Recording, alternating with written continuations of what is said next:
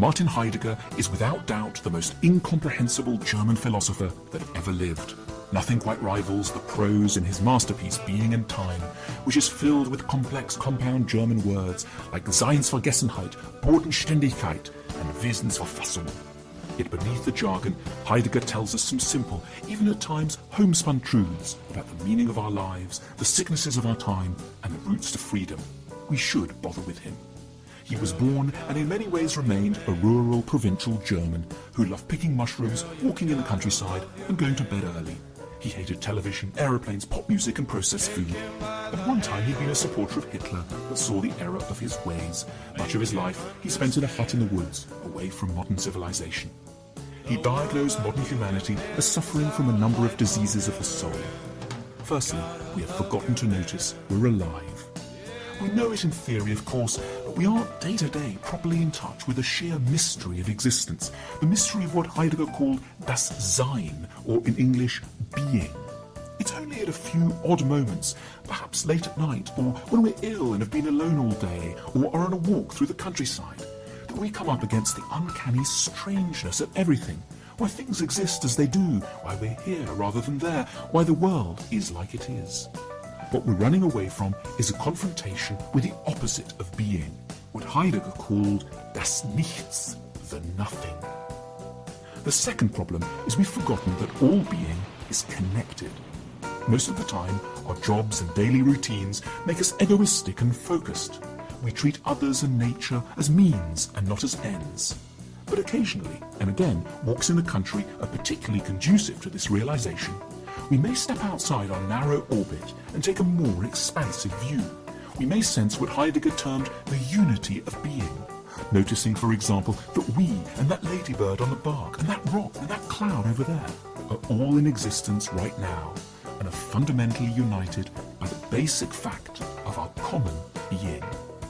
Heidegger values these moments immensely and wants us to use them as the springboard to a deeper form of generosity, an overcoming of alienation and egoism, and a more profound appreciation of the brief time that remains to us before das Nichts claims us in turn. The third problem is we forget to be free and to live for ourselves. Much about us isn't, of course, very free. We are, in Heidegger's unusual formulation, thrown into the world at the start of our lives, thrown into a particular and narrow social milieu, surrounded by rigid attitudes, archaic prejudices, and practical necessities not of our own making. The philosopher wants to help us to overcome this thrownness, Geworfenheit, as he put it in German, by understanding it.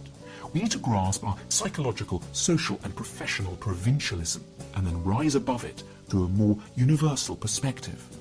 In so doing, we'll make the classic Heideggerian journey away from Uneigentlichkeit to Eigentlichkeit, from inauthenticity to authenticity.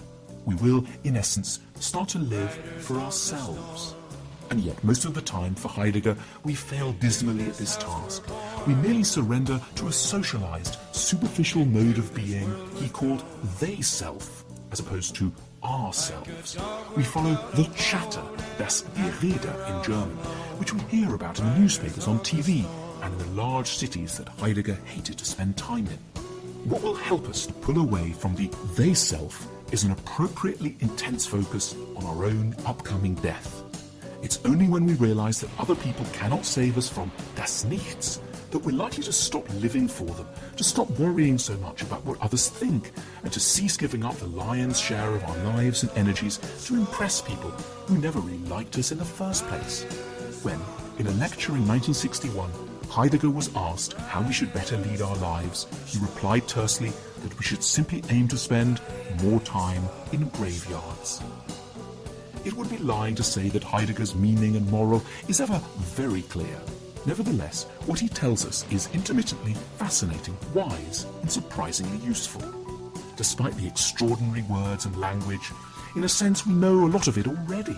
We merely need reminding and emboldening to take it seriously, which the odd prose style may help us to do.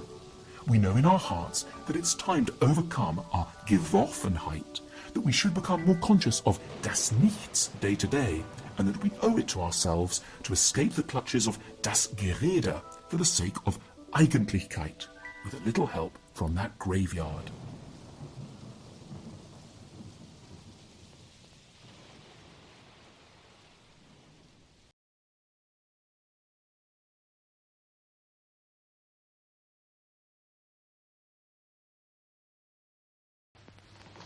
That was beautifully put.